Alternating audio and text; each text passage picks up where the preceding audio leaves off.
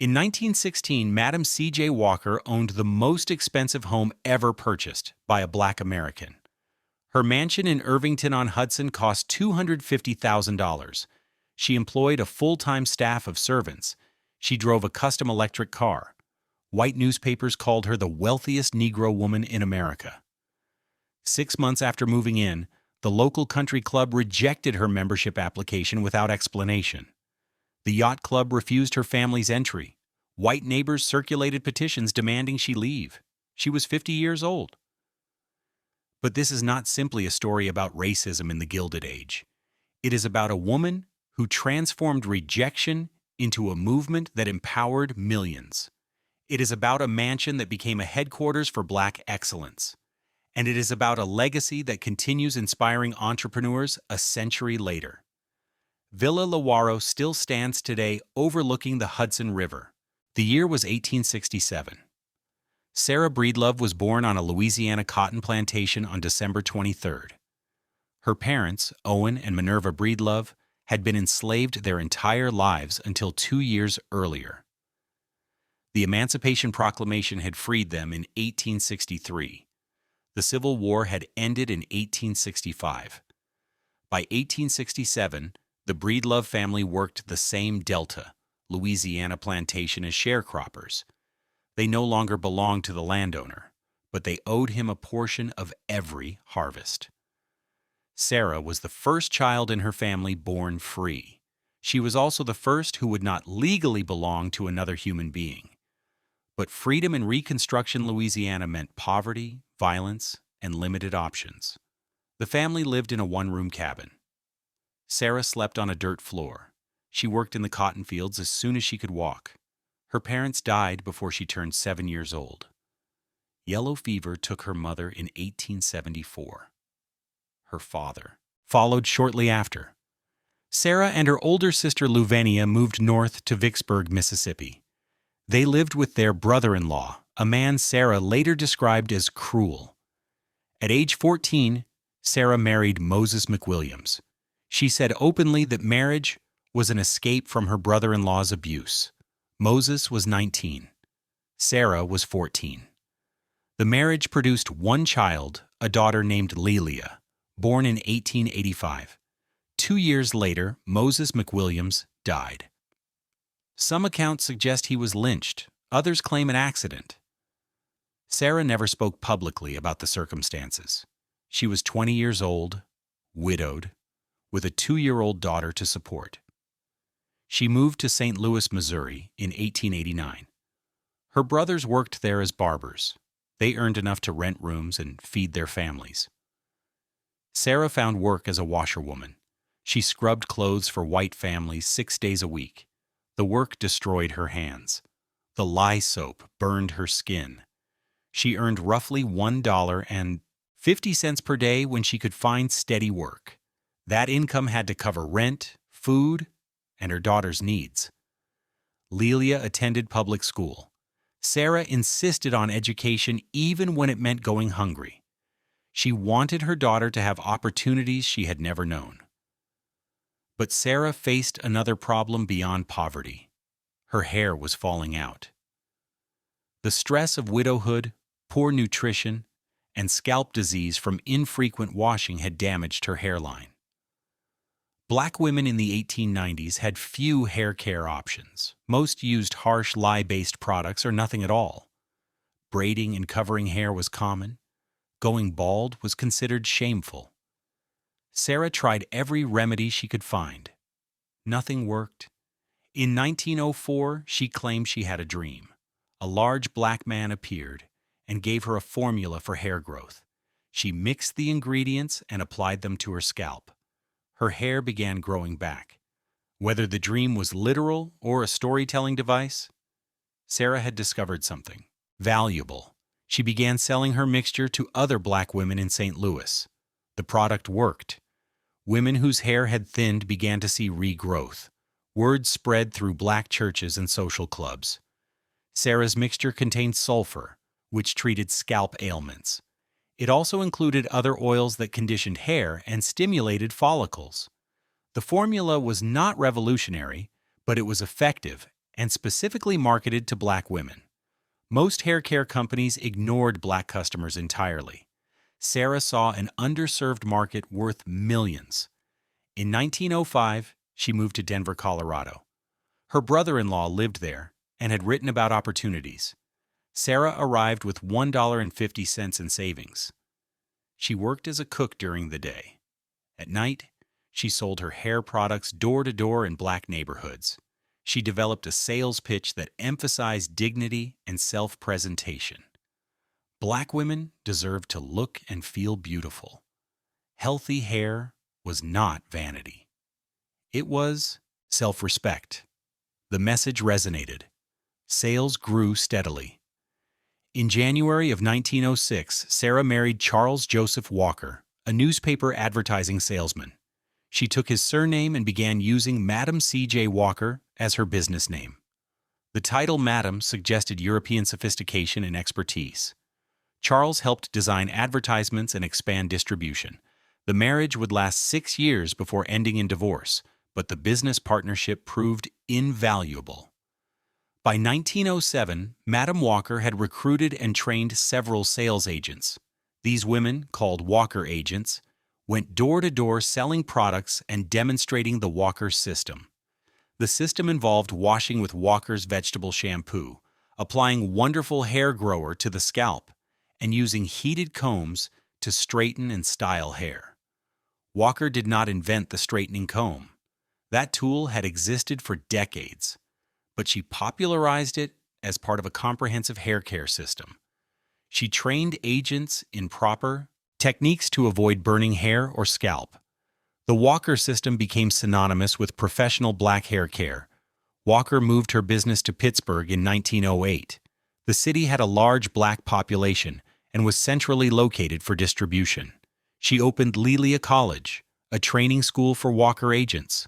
Women paid tuition to learn the Walker system. Graduates received certificates and could purchase products wholesale to resell.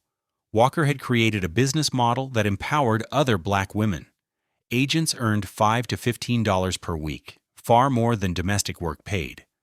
Some of her top agents earned over $1,000 per year, exceptional income for black women in that era. The college also taught business skills, grooming, and self-presentation. Walker believed her agents represented the race every time they knocked on a door. By 1910, the business had outgrown Pittsburgh. Walker relocated to Indianapolis, Indiana. She chose the city for its railroad connections. Products could ship efficiently across the country. She purchased a lot at 640 Northwest Street and built a factory. The Madam C.J. Walker Manufacturing Company employed dozens of workers.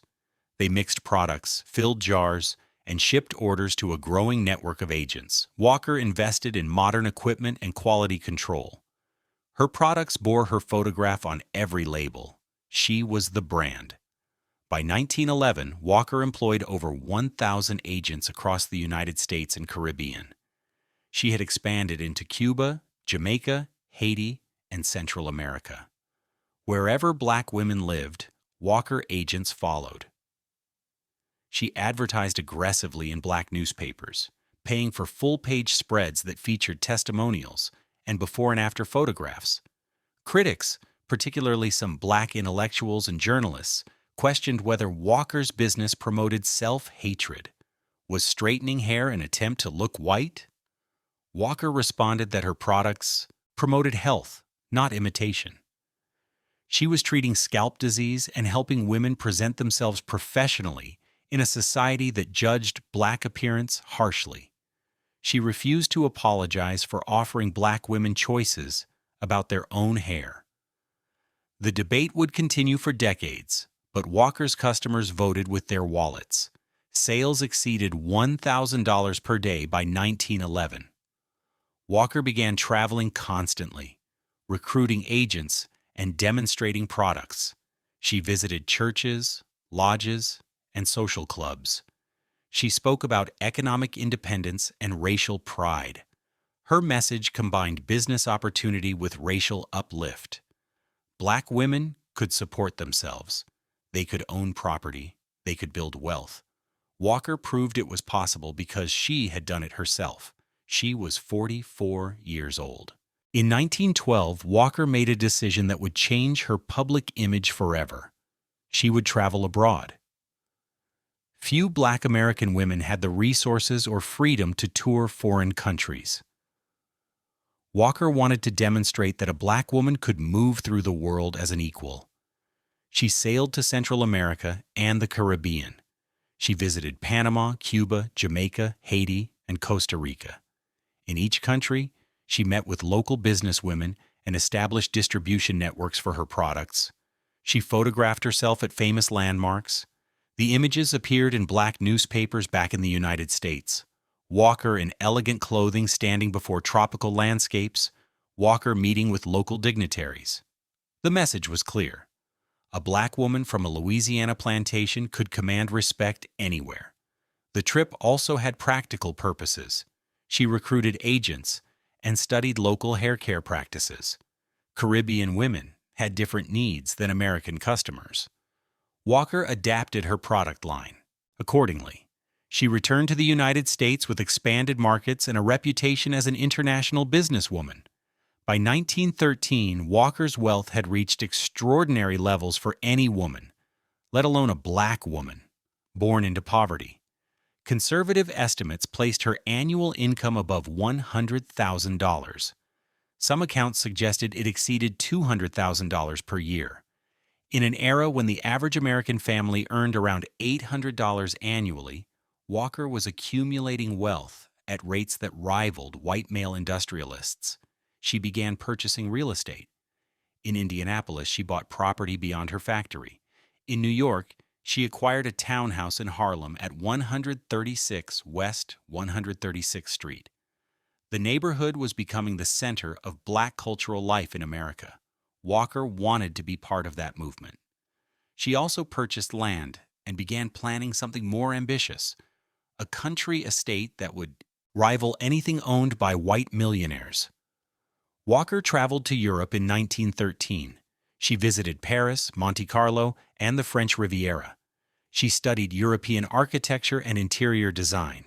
She met with art dealers and furniture makers. She was preparing for the house she would build. In 1914, Walker purchased property in Irvington-on-Hudson, New York. The village sat approximately 20 miles north of Manhattan along the Hudson River. Wealthy white New Yorkers owned estates there. The neighborhood was exclusive, quiet, and restrictive. No Black families lived in Irvington. Walker paid approximately $27,000 for 4.5 acres of land overlooking the river. The property offered sweeping views. Walker commissioned Vertner Tandy to design her mansion. Tandy was one of the first registered Black architects in New York State. He had graduated from Tuskegee Institute and studied at Cornell University. He designed churches, schools, and private homes for Black clients across the Northeast. For Walker, he would create something unprecedented, an Italian Renaissance-style villa that would announce Black wealth and sophistication to the world. Tandy drew plans for a 34-room mansion. The house would span approximately 20,000 square feet across 3 floors. The exterior would feature cream-colored stucco walls, a red tile roof, and ornamental details inspired by Italian villas Walker had seen during her European travels. Construction began in 1916. Walker had budgeted approximately $150,000 for the project. The final cost would exceed that significantly. Workers excavated the foundation and began laying the groundwork for what would become the most expensive home ever purchased by a Black American up to that time. Walker supervised the project closely. She traveled from Indianapolis to monitor progress. She made decisions about materials, layouts, and finishes. She wanted perfection. The mansion would feature a 2-story entrance hall with marble floors. A grand staircase would rise to the 2nd floor. The music room would accommodate a pipe organ and seating for performances. A library would house Walker's growing collection of books. The dining room could seat 24 guests at a single table. Walker ordered custom furniture from European manufacturers. She purchased Persian rugs, Flemish tapestries, and oil paintings. She wanted artwork that reflected both European culture and African heritage. She commissioned portraits of herself and her family. She acquired pieces by black artists when she could find them. The grounds required as much attention as the house itself. Walker hired landscape architects to design formal gardens. Terraced lawns would descend toward the river. Stone paths would wind through plantings of roses, peonies, and hydrangeas. A reflecting pool would mirror the sky. The property would include a garage for her, automobiles, a greenhouse for year-round cultivation, and staff quarters for the servants who would maintain the estate. Walker planned to employ a full-time staff, a housekeeper, cook, maids, gardeners, and a chauffeur. Most would live on the property. Walker needed her daughter Lelia's help managing the household. Lelia had married twice by this point. Her second husband was Dr. Wiley Wilson, a physician. Lelia had adopted the name Aleia Walker, adding an apostrophe for dramatic effect. She was 31 years old in 1916. Aleia had grown up watching her mother build an empire. She had worked in the business since childhood. Now she would help create a social center for Black America's elite. Mother and daughter discussed the mansion's purpose. It would not simply be a private residence. It would serve as a gathering place for Black leaders, artists, and intellectuals. Walker intended to host the people shaping Black culture and politics. She would create a space where they could meet, plan, and strategize away from white scrutiny. The construction took longer than anticipated. Material shortages and labor complications delayed progress. Walker grew impatient. She had waited her entire life to live in a house worthy of her accomplishments. In 1917, the United States entered World War I. The war effort consumed resources and attention. Construction on the mansion continued, but at a slower pace. Walker used the delays to refine her vision. She corresponded with Tandy about modifications. She wanted a solarium added to capture river views. She requested additional bathrooms and closets. The plans expanded. Walker also began planning the formal gardens more extensively. She studied landscape design books. She consulted with horticulturists about which plants would thrive in the Hudson Valley climate. She wanted gardens that would bloom from spring through fall. She envisioned hosting garden parties where Black society could gather, in surroundings that rivaled any white estate. By 1918, the mansion was nearing completion. Walker prepared to name her estate. She consulted with Enrico Caruso, the famous Italian tenor, who suggested combining her daughter's name with the Italian word for peace, Villa Lewaro. Lelia plus the first letters of Walker and Robinson, Alelia's married surname. Walker adopted the name immediately. It sounded European and sophisticated. It honored her daughter. It announced that this was not merely a house, but an estate with its own identity. Walker was 50 years old. Villa Lewaro was completed in 1918. The final cost exceeded $250,000, roughly $7 million in today's currency. It was the most expensive home ever purchased by a Black American. The mansion stood 3 stories tall with a red tile roof and cream stucco walls. Ornamental details included carved stone balustrades, arched windows, and decorative ironwork. The entrance featured massive wooden doors, imported from Italy. The 2-story entrance hall overwhelmed first-time visitors. Black and white marble tiles covered the floor in a checkerboard pattern. The walls rose 20 feet to a coffered ceiling decorated with gold leaf. A grand staircase curved upward to the second floor. The banister was hand-carved mahogany. Crystal chandeliers hung from the ceiling. Natural light poured through tall windows. The music room occupied the entire east wing of the first floor. The space measured approximately 40 feet by 30 feet, with 18-foot ceilings. A pipe organ filled one wall. Walker had commissioned the instrument from the Este Organ Company of Vermont. It cost $8,000. The organ featured hand-carved wooden pipes and ivory keys. A Steinway grand piano sat nearby. Rows of chairs could accommodate an audience of 60 people. The room was designed for performances and recitals. The library held Walker's collection of books on business, history, and black culture. Built-in shelves lined 3 walls from floor to ceiling. A rolling ladder provided access to upper shelves. Leather chairs and reading lamps created intimate spaces. The room also displayed Walker's collection of African art and artifacts. She had begun acquiring pieces during her travels. The formal dining room could seat 24 guests at the custom-made table. The chairs were upholstered in silk damask. A sideboard stretched 12 feet along one wall. Crystal and china filled built-in cabinets. Silver serving pieces bore Walker's monogram. The room opened onto a terrace overlooking the Hudson River. Walker's private suite occupied much of the second floor. Her bedroom featured a 4-poster bed with silk hangings. A sitting room provided space for private meetings and correspondence. Her bathroom included a marble bathtub, separate shower, and floor-to-ceiling mirrors. A dressing room held her extensive wardrobe. Walker owned dozens of gowns, day dresses, coats, and accessories. She employed a personal maid to maintain her clothing and jewelry. The second floor included 6 additional bedrooms, each with private bathrooms. These rooms housed overnight guests or visiting family members.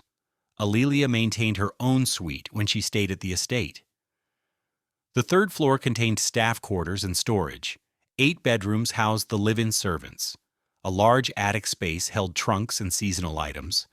The basement held the mansion's mechanical systems. A coal-fired boiler provided heat through radiators in every room. The kitchen occupied a large section of the basement. Industrial-sized stoves and ovens allowed preparation of meals for large gatherings. Refrigeration units kept food fresh. A dumbwaiter lifted prepared dishes to the dining room above. A wine cellar stored bottles from Europe and California. Walker drank little alcohol herself, but served wine at formal dinners. A laundry room contained commercial washing machines and drying racks. Staff pressed linens and clothing with heavy irons heated on stoves. The garage held 3 automobiles. Walker owned a custom electric car built by the Detroit Electric Car Company. The vehicle featured mahogany interior trim and leather seats. She preferred the electric car for local travel because it was quiet and required no hand crank starting. She also owned 2 gasoline-powered vehicles for longer trips. A chauffeur maintained the cars and drove Walker when needed. The grounds required constant attention. 2 full-time gardeners maintained the terraced lawns that descended toward the river. Formal gardens featured geometric beds planted with roses, peonies, hydrangeas, and seasonal flowers. Stone pathways connected different garden rooms. A reflecting pool near the house mirrored clouds and sky. The greenhouse allowed year-round cultivation of orchids and tropical plants. Walker enjoyed cut flowers throughout the house. Staff changed arrangements daily. The property included a vegetable garden that supplied the kitchen. The estate employed between 12 and 15 staff members depending on the season. A head housekeeper managed the female servants. She supervised cleaning, laundry, and general household operations. The cook planned menus and prepared all meals. 2 maids cleaned rooms and served at table during formal dinners.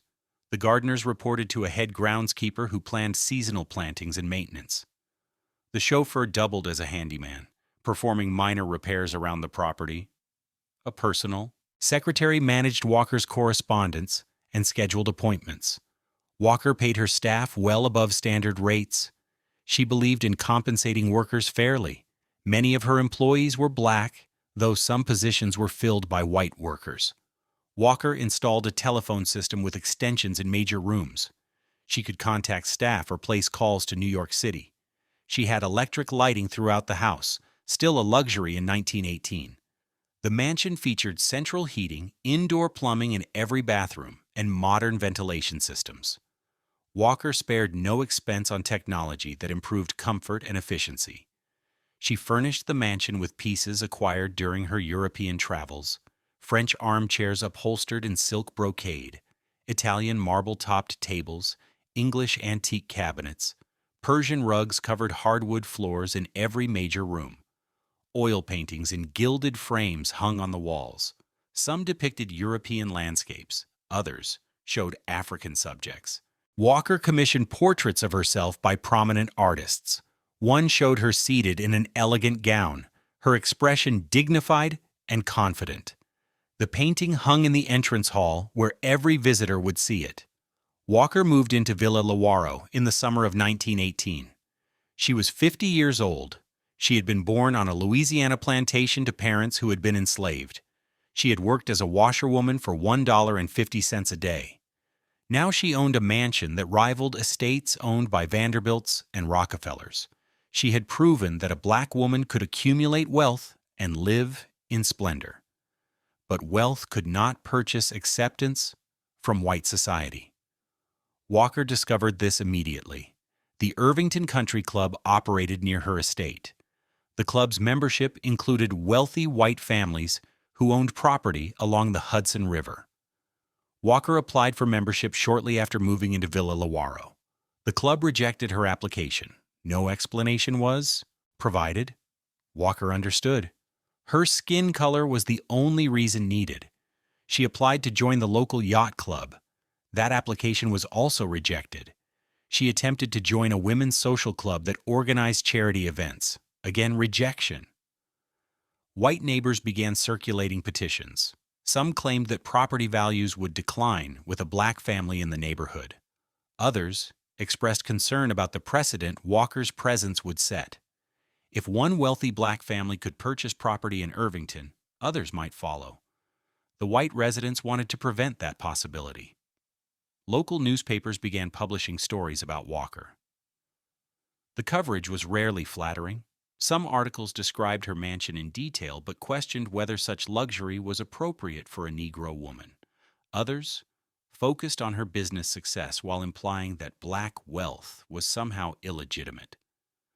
The Irvington Gazette ran an editorial wondering whether the village could maintain its character, with new residents who did not share the community's traditions. The meaning was clear. Walker did not belong. She responded by doubling down on her presence. She would not sell the mansion. She would not retreat to Harlem or Indianapolis. She had purchased this property legally. She had built this house with her own money. She would live there with dignity. Walker began hosting events at Villa Lewaro that deliberately showcased black achievement. She invited prominent black Americans to visit. W.E.B. Du Bois came to dinner. Booker T. Washington had died in 1915, but Walker had supported his work at Tuskegee Institute. She now hosted the next generation of black leaders and intellectuals. James Weldon Johnson, the poet and civil rights activist, attended gatherings at the estate. So did Mary McLeod Bethune, the educator and civil rights leader. These were not social visits. Walker used her home as a meeting place where black leaders could discuss strategy. They talked about the great migration of black Americans from south to north. They debated how to respond to racial violence and lynching. They planned legal challenges to segregation and discrimination. Villa Lewaro became a headquarters for black activism. Walker funded much of this work directly. She donated thousands of dollars to the NAACP. She contributed to the National Association of Colored Women. She funded scholarships for black students. She gave money to orphanages and old-age homes serving black communities. Her philanthropy had begun years earlier, but Villa Lewaro gave her a platform to expand it. Walker also hosted purely social events. She threw elaborate dinner parties where guests ate from gold-rimmed china and drank from crystal goblets. Musicians performed in the music room. Dancers entertained in the entrance hall. These gatherings celebrated black achievement and culture. They proved that black Americans could create spaces of elegance and refinement equal to anything white society offered. The Harlem Renaissance was beginning to flourish in 1918 and 1919. Black writers, poets, musicians, and artists were creating new forms of expression. Walker wanted to support that movement. She opened her home to artists who needed patronage. Langston Hughes would later visit Villa Lewaro, though not until after Walker's death. But other writers and performers came during her lifetime. Walker commissioned musicians to compose pieces for performances at the estate.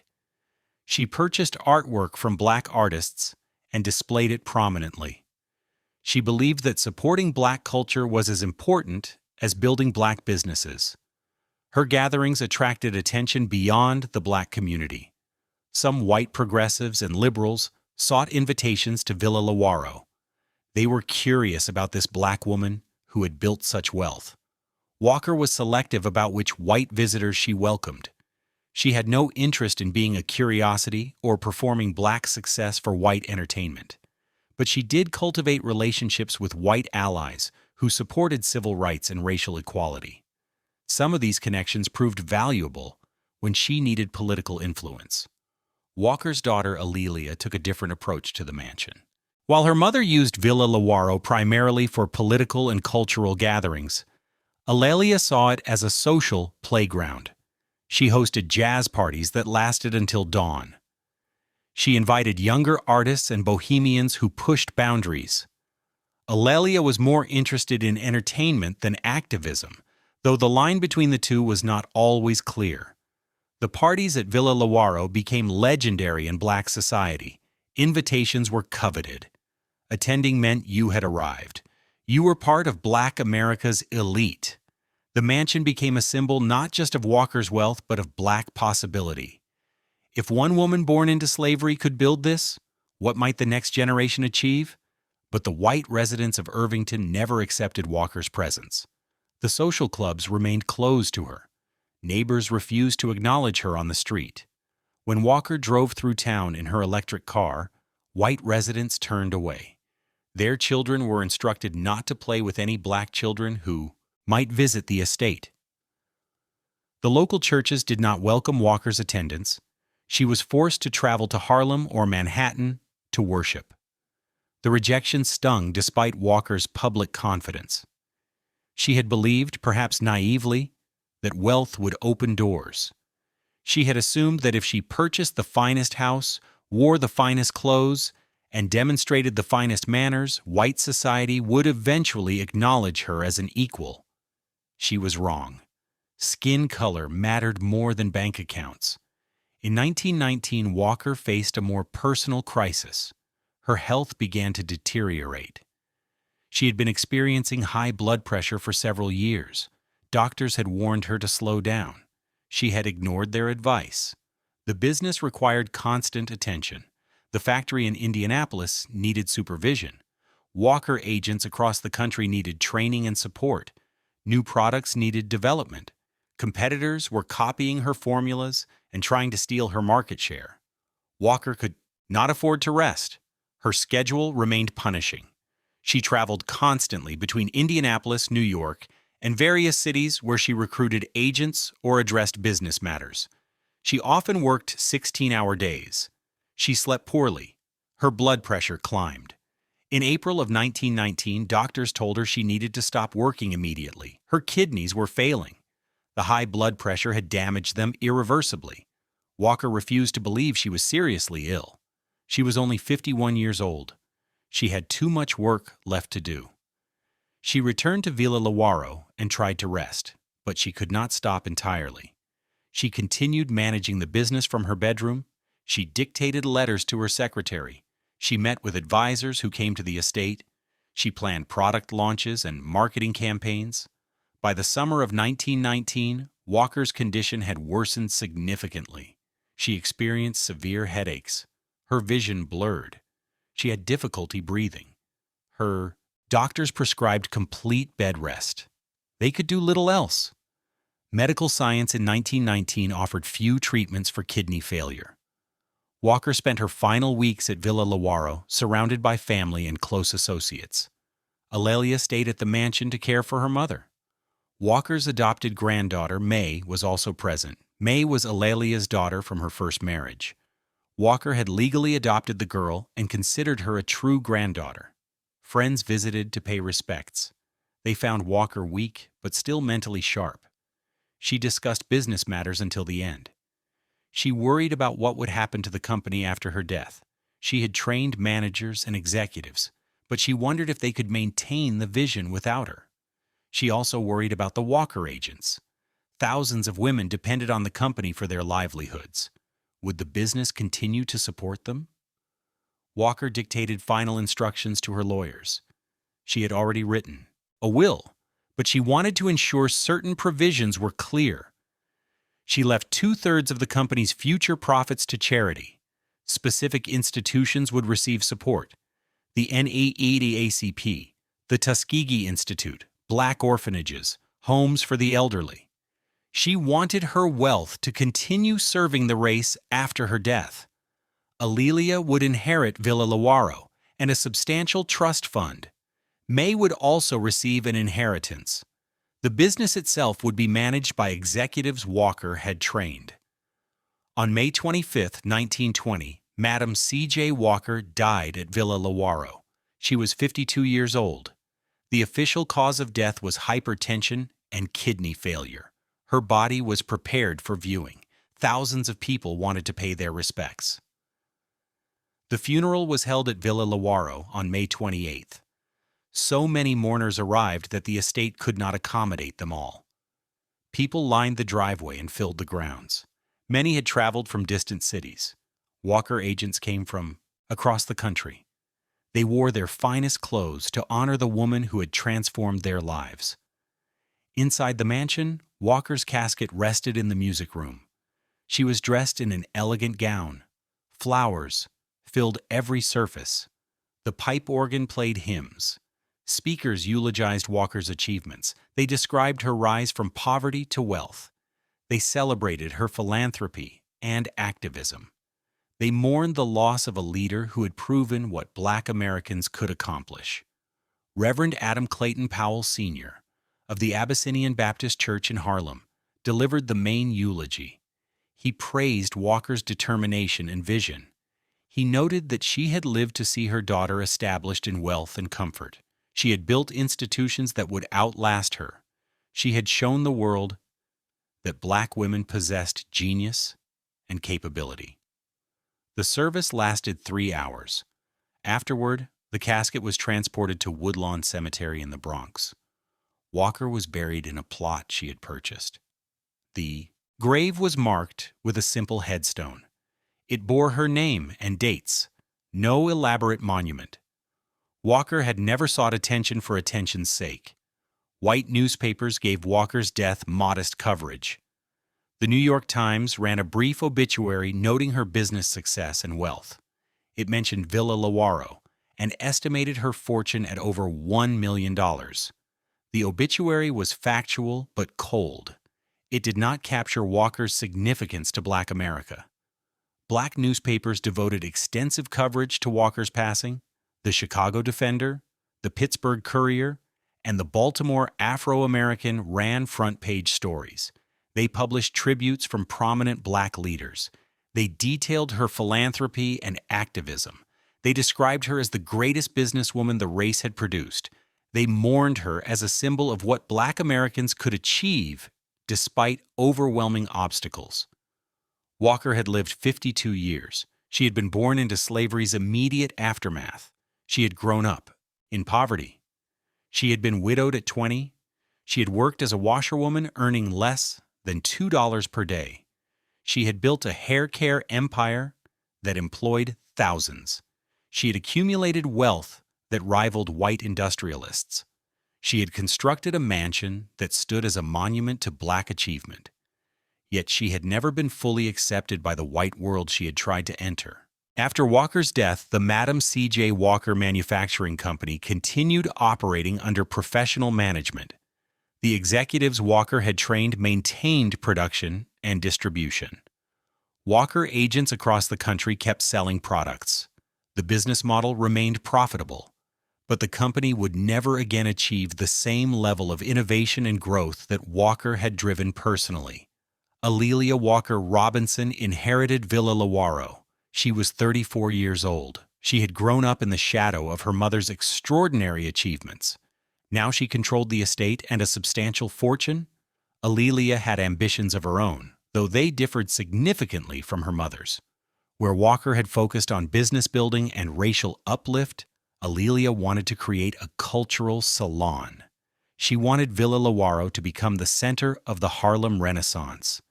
Aleia began hosting more frequent and elaborate parties. She invited poets, musicians, painters, and writers. Langston Hughes became a regular visitor. So did Count T. Cullen, Zora Neale Hurston, and other prominent Harlem Renaissance figures. White patrons of black arts also attended. Carl Van Vechten, a white writer and photographer who championed black culture, became one of Aleia's closest friends. The parties at Villa Lewaro in the 1920s became legendary. Jazz bands played in the music room. Guests danced in the entrance hall. Alcohol flowed freely despite prohibition. The mansion that Walker had built as a symbol of black achievement and dignity became known for hedonistic excess. Aleia did not share her mother's political commitments. She donated to causes when asked, but she was not an activist. She was a socialite who enjoyed luxury and entertainment. Some criticized her for squandering her mother's legacy. Others argued that celebrating black culture through art and music was its own form of racial progress. Aleia also faced financial pressures that Walker had never experienced. Maintaining Villa Lewaro required enormous expense. The staff salaries, property taxes, heating costs, and general upkeep consumed thousands of dollars monthly. The Great Depression, which began in 1929, made those costs increasingly difficult to manage. Aleia's income from the Walker Company declined as sales dropped. Many former Walker agents lost their customer base. Working-class black women could no longer afford hair care products when they struggled to afford food. The company remained in business, but profits shrank dramatically. Aleia began renting out portions of Villa Lewaro to generate income. She converted the third-floor staff quarters into apartments. She leased the greenhouse and some outbuildings. She even rented rooms on the second floor to long-term boarders. The mansion slowly transformed from a private estate into a commercial property. By the early 1930s, Aleia could no longer afford to live at Villa Lewaro full-time. She spent most of her time at her townhouse in Harlem. The Irvington estate became a weekend retreat rather than a primary residence. Staff was reduced to a skeleton crew. The gardens grew overgrown. Rooms that had once been filled with guests stood empty. Aleia died suddenly on August 9, 1931. She suffered a cerebral hemorrhage while attending a friend's birthday party in Long Branch, New Jersey. She was 46 years old. Her death shocked the Harlem community. Thousands attended her funeral at the Abyssinian Baptist Church. Langston Hughes wrote a poem commemorating her. The funeral procession stretched for blocks. Aleia's death created a crisis for Villa Lewaro. She had accumulated debts exceeding $100,000. Her estate could not cover them. Her daughter May inherited the property, but May had no interest in maintaining the mansion and no resources to do so. The property went into foreclosure. In 1932, Villa Lewaro was sold at auction to satisfy Aleia's creditors. The mansion that had cost over $250,000 to build sold for approximately $47,000. The Irvington Convalescent Home, a private nursing facility, purchased the property. The nursing home converted Villa Lewaro into a residence for elderly patients. The music room became a common area. The dining room served institutional meals. Bedrooms were divided into smaller units. The pipe organ was removed and sold. Much of the original furniture was auctioned off. The mansion that had symbolized black wealth and achievement became an anonymous medical facility. Most residents had no idea whose home they occupied. For decades, Villa Lewaro remained a nursing home. The building deteriorated slowly. Maintenance was deferred. The roof leaked. Windows cracked and were not replaced. The terraced gardens disappeared under weeds and scrub. The reflecting pool cracked and filled with debris. By the 1960s, local preservationists began recognizing Villa Lewaro's historical significance. The civil rights movement had created renewed interest in Black history. Madam C.J. Walker's story was being rediscovered by a new generation. Historians researched her life and documented her achievements. Villa Lewaro appeared in books and articles about Black entrepreneurship and the Harlem Renaissance. But historical significance did not translate into preservation funding.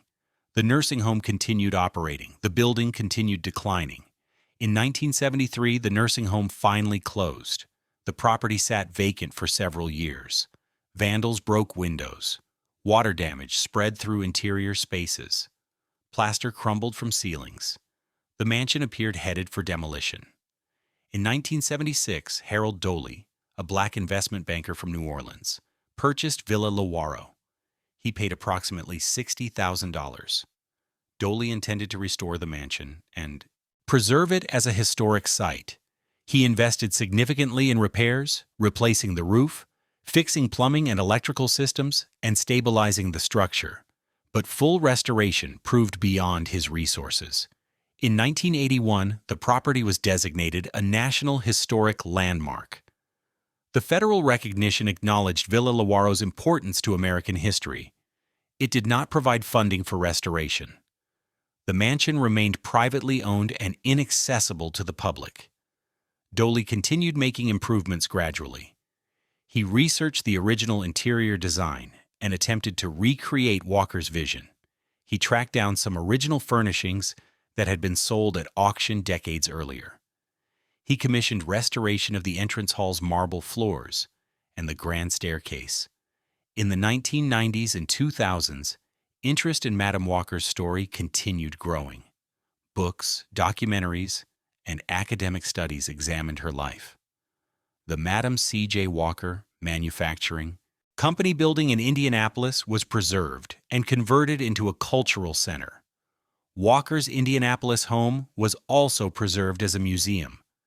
But Villa Lewaro, the crown jewel of her achievements, remained largely unknown to the general public. In 2012, the Madam Walker Family Archives launched efforts to raise awareness about Villa Lewaro. Aleia Bundles, Walker's great-great-granddaughter and biographer, worked to share her ancestors' story. She published books, gave lectures, and advocated for Villa Lewaro's preservation. In 2014, the National Trust for Historic Preservation listed Villa Lewaro as one of America's 11 most endangered historic places. The designation brought attention and some financial support. Preservation work accelerated. In 2018, new owners purchased Villa Lewaro and committed to completing a full restoration. The project aimed to return the mansion to its original 1918 appearance. Architects studied Vertner Tandy's plans. Historians researched photographs and documents from Walker's era. Craftsmen began repairing and rebuilding damaged elements. The restoration work continues. The entrance hall has been returned to its original grandeur. The music room awaits reconstruction. The grounds are being replanted according to the original landscape designs. When complete, Villa Lewaro will open to the public as a museum and educational center. Visitors will walk through the rooms where Walker entertained Black leaders and white allies. They will see where Harlem Renaissance artists gathered. They will learn about the woman who built this monument to Black achievement. Walker's impact extended far beyond Villa Lewaro and her personal wealth. She had created a business model that transformed thousands of lives. At the peak of her company's operations, Walker employed between 20 and 40,000 Walker agents. These women sold products, demonstrated techniques, and recruited new agents. They earned income that gave them independence and dignity. For many, working as a Walker agent was the first time they had controlled their own economic destiny. The Walker system offered more than employment. It provided training and education. Women learned business skills, customer service, and personal presentation. Walker insisted that her agents dress professionally, speak clearly, and conduct themselves with dignity. She believed that every Walker agent represented the race. If they succeeded, they proved black women's capability. If they failed, critics would use their failure to justify racism. Walker's training programs taught practical skills: how to approach potential customers without seeming desperate, how to demonstrate products effectively, how to handle objections and close sales, how to manage money and track inventory. These were skills that many women had never learned. Walker also taught self-presentation. Her agents should be clean, well-groomed, and appropriately dressed. They should stand straight and make eye contact. They should speak with confidence. These lessons went beyond business. Walker was teaching women how to command respect in a society that denied them dignity. The impact was profound. Walker agents reported that the work changed how they saw themselves. They were no longer simply domestic servants or agricultural laborers. They were businesswomen. They had customers, territories, and income goals. They made decisions about inventory and pricing. They built relationships with clients. Some agents became wealthy by the standards of their communities. Top performers earned thousands of dollars annually. They purchased homes and sent children to college. They invested in property and started other businesses. Walker encouraged this entrepreneurship. She wanted her agents to think beyond simply selling her products. The Walker Agent Conventions became important events in black communities. Agents gathered annually to share techniques, learn about new products, and celebrate successes. Walker used these conventions to reinforce her message of economic independence and racial pride. She invited prominent speakers. She gave awards to top performers. She made her agents feel valued and important. The conventions also served political purposes. Walker used them to promote causes she supported. She encouraged agents to join the NAACP and other civil rights organizations. She urged them to vote once women gained suffrage in 1920. She framed their business success as a form of racial advancement. If black women could build wealth, they would gain power and respect. Walker's philosophy combined capitalism with racial uplift in ways that some black intellectuals found troubling. W.E.B. Du Bois respected Walker's achievements, but worried that focusing on business success distracted from more fundamental political struggles. He believed that legal equality and civil rights should take priority over economic advancement. Booker T. Washington, by contrast, had championed the kind of economic self-reliance Walker represented. He believed black Americans should build businesses and accumulate property before demanding political equality. Walker's success seemed to validate his approach. She had proven that black entrepreneurship could thrive even under Jim Crow. Walker herself refused to choose between these philosophies. She built businesses and supported civil rights activism. She accumulated wealth and donated generously to organizations fighting for equality. She believed that economic power and political power were inseparable. Black Americans needed both. Walker's advertising strategies also broke new ground. She was among the first American entrepreneurs to use before and after photographs in advertising. Walker agents carried photographs showing women with damaged hair before using Walker products and healthy hair after treatment. The images provided visual proof of the product's effectiveness. Walker also used testimonials extensively. Satisfied customers wrote letters describing their results. These testimonials appeared in advertisements in black newspapers. They built credibility and trust. Women saw that real people, women like themselves, had benefited from Walker products. Walker's own image became central to her brand. Her photograph appeared on every product. Advertisements featured her biography, emphasizing her rise from poverty to wealth. She became a symbol of possibility. If Sarah Breedlove could transform herself into Madam C.J. Walker, What might other black women achieve? This personal branding strategy was revolutionary in the early 20th century. Few businesses were built around the founder's identity and life story. Walker understood that she was selling more than hair products. She was selling hope and aspiration. The controversy over hair straightening never fully subsided. Marcus Garvey, the black nationalist leader, criticized black women who straightened their hair. He argued that it reflected internalized racism and rejection of African features.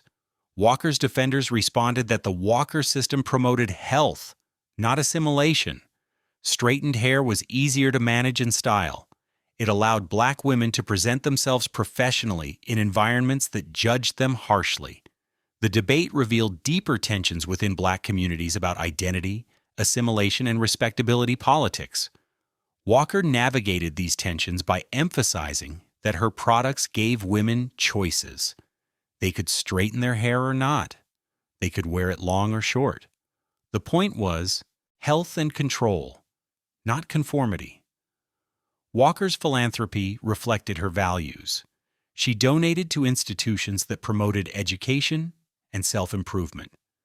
The Tuskegee Institute received substantial gifts. So did the Palmer Memorial Institute in North Carolina, a black preparatory school. Walker funded scholarships for black students attending college. She contributed to the NAEL-ACP's anti-lynching campaigns. Between 1917 and 1919, thousands of black Americans were lynched in the South. Walker donated money for investigations and legal challenges. She used her platform to speak against racial violence. Walker also supported homes for the elderly and orphanages serving black communities. She contributed to black churches that provided social services. She gave money to black hospitals that treated patients white facilities refused. Her philanthropy was strategic. She invested in institutions that strengthened black communities. In 1912, Walker had pledged $1,000 to the YMCA in Indianapolis.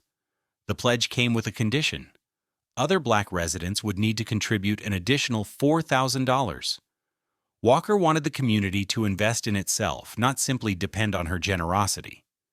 The community met the challenge. The YMCA building project moved forward. Walker's strategy of matching gifts encouraged collective action. She used her wealth to leverage additional resources. In 1917, Walker attended a meeting of civil rights leaders in New York. The group was planning a silent march to protest lynching and racial violence. Walker offered to fund transportation costs for participants. The march took place on July 28, 1917. Approximately 10,000 black Americans marched silently down Fifth Avenue in Manhattan. They carried signs protesting violence and discrimination. Walker had helped make the demonstration possible. Walker also used her business to advance political causes. She encouraged Walker agents to register voters in their communities. After the 19th Amendment granted women the right to vote in 1920, Walker wanted black women to exercise that right immediately. She understood that political power required organization and participation. Walker's relationship with white society remained complicated throughout her life. She cultivated friendships with white progressives who supported racial equality. Some attended events at Villa Lewaro. Others collaborated with her on philanthropic projects. These relationships were genuine, but also strategic. Walker understood that achieving racial progress required white allies, but she never forgot that most white Americans, regardless of their wealth or education, viewed her as fundamentally inferior because of her race. The rejection by Irvington's social clubs hurt deeply. Walker had believed that demonstrating refinement and sophistication would eventually overcome prejudice. She had invested enormous sums in creating a home that matched anything owned by white millionaires. She had traveled to Europe, collected art, and mastered the social graces expected of the wealthy. None of it mattered. White neighbors would not acknowledge her as an equal. Some white responses to Walker. were patronizing rather than openly hostile. Journalists described her as an exceptional Negro, implying that her success was unusual and not representative of black capability. These writers praised Walker while simultaneously reinforcing stereotypes about black inferiority. Walker recognized this pattern but engaged with white media anyway. Publicity reached potential customers regardless of the journalists' underlying attitudes. Walker also faced criticism from some members of the black elite. Light-skinned black Americans who had achieved professional success sometimes distanced themselves from darker-skinned entrepreneurs like Walker. They viewed her hair products business as too closely associated with working-class black women. Walker responded by emphasizing that she was proud of her dark skin and her humble origins. She refused to apologize for selling products that served ordinary black women. This stance earned her respect among working-class black Americans, even as some elite blacks remained ambivalent. The color line within black communities was real and painful. Walker navigated it by focusing on her business and philanthropy rather than seeking social acceptance from any particular group. Walker's health problems began earlier than most people realized. By 1917, she was experiencing symptoms of hypertension. Her blood pressure was dangerously elevated. Doctors warned her repeatedly to reduce stress and stop working such long hours. Walker tried to follow their advice, but found it nearly impossible. The business required constant attention. Competitors were copying her formulas and undercutting her prices. She needed to innovate continuously to maintain market share. She also felt a deep responsibility to the thousands of women who depended on the Walker Company for their livelihoods. If she stepped back and the business faltered, those women would suffer. Walker hired more managers and tried to delegate responsibilities, but she struggled to let go of control. She had built everything herself. She understood the business better than anyone. She worried that others would make decisions that damaged the brand she had spent decades building. The stress took its toll. Walker's blood pressure continued rising. She experienced headaches and dizzy spells. By 1918, her kidneys were showing signs of damage. Chronic hypertension had caused irreversible harm. Modern medicine might have managed her condition with medications and lifestyle changes. In 1918, doctors had few effective treatments. They prescribed rest, which Walker could not maintain, and dietary changes, which helped only marginally. Walker knew she was dying. She spent her final year trying to ensure the business would survive without her. She promoted key executives and gave them more authority. She documented processes and procedures. She wrote detailed instructions about product formulas and quality standards. She also focused on her will and estate planning. Walker wanted to ensure that her wealth would continue serving the black community after her death. She worked with lawyers to structure bequests to various institutions. 2/3 of future profits from the company would go to charitable causes. Walker specified exactly which organizations would receive support and how the money should be used. She wanted to fund education, support civil rights work, and help the elderly and orphaned. Her final months at Villa Lewaro were difficult. Walker was confined to bed most days. She could no longer walk without assistance. She had trouble breathing. Her vision deteriorated, but her mind remained sharp until near the end. She continued receiving visitors and discussing business matters. Aleia stayed at the mansion to care for her mother. The relationship between mother and daughter was complex.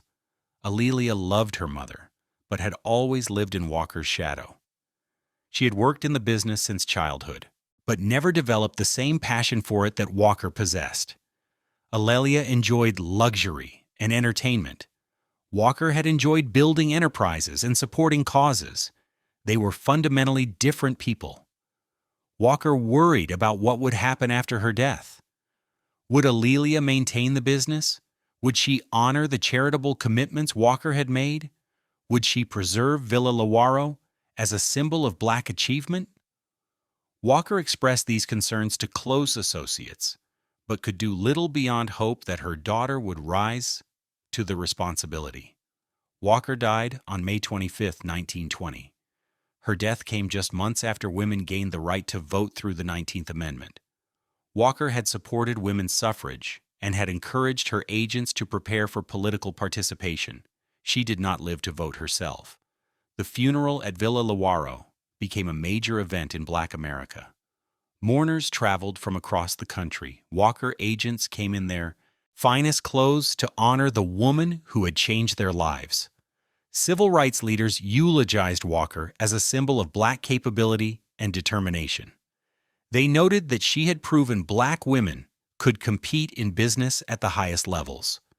Newspapers in black communities devoted extensive coverage to Walker's death and legacy. The Chicago Defender published a special section celebrating her achievements. The Pittsburgh Courier ran a multi-page tribute. These publications understood that Walker's story mattered to their readers. She had demonstrated that black Americans could overcome extraordinary obstacles and build wealth. White newspapers gave Walker's death more modest coverage. The New York Times obituary was brief and factual. It acknowledged her wealth and business success, but did not explore the significance of her achievements. The obituary treated Walker as an interesting curiosity rather than a major American business figure. This disparity in coverage reflected broader patterns of racial exclusion. White institutions recognized black achievement only selectively and often minimized its importance. Walker's burial at Woodlawn Cemetery placed her among other notable Americans. The cemetery held the graves of wealthy industrialists, politicians, and cultural figures. Walker purchased her plot before her death, ensuring she would rest in prestigious surroundings. Her grave marker was simple, bearing only her name and dates. She had not sought elaborate memorials. After Walker's death, the Madam C.J. Walker Manufacturing Company continued operating for decades. The business remained profitable through the 1920s despite increasing competition. The Great Depression hurt sales significantly, but the company survived. By the 1950s and 60s, changing beauty standards and new competitors eroded the company's market position. Black women had more choices about hair care products. Major corporations began marketing to black consumers. The Walker Company struggled to compete. In 1985, the company ceased manufacturing operations. The brand was sold to another firm that continued producing a limited line of products. Today, Madam C.J. Walker beauty culture products are still available, though the business bears little resemblance to Walker's original enterprise. The Indianapolis factory building was preserved and converted into the Madam Walker Legacy Center. The facility houses a theater, community spaces, and exhibits about Walker's life. Her Indianapolis home was also preserved as a museum. These sites attract visitors interested in black history and entrepreneurship. Walker's story has been told in numerous books, documentaries, and educational programs. Aleia Bundles, Walker's great-great-granddaughter, became a journalist and biographer who researched the family history extensively. Her book about Walker brought renewed attention to her ancestors' achievements. Walker's legacy extends far beyond the products she sold or the mansion she built. She fundamentally changed what was possible for black women in America. Before Walker, few black women controlled significant wealth. Most worked as domestic servants, agricultural laborers, or in other low-wage occupations. Walker proved that black women could build businesses, accumulate capital, and compete in the marketplace. Her success inspired generations of black entrepreneurs.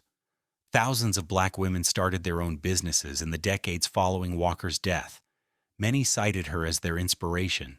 They had seen that a black woman born into poverty could build an empire. If Walker could do it, perhaps they could too. Walker also changed how black women thought about themselves. Her advertising emphasized beauty, dignity, and self-respect. She told black women that they deserved to look and feel their best. This message was revolutionary in an era when American culture constantly denigrated black appearance.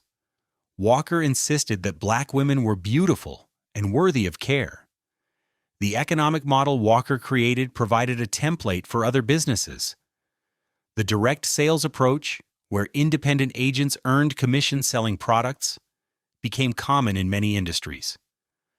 Companies like Avon and Tupperware would later use similar models. Walker pioneered this approach in the black community and proved it could generate substantial wealth. Walker's philanthropy established standards that other wealthy black Americans followed. She demonstrated that successful black entrepreneurs had obligations to their communities.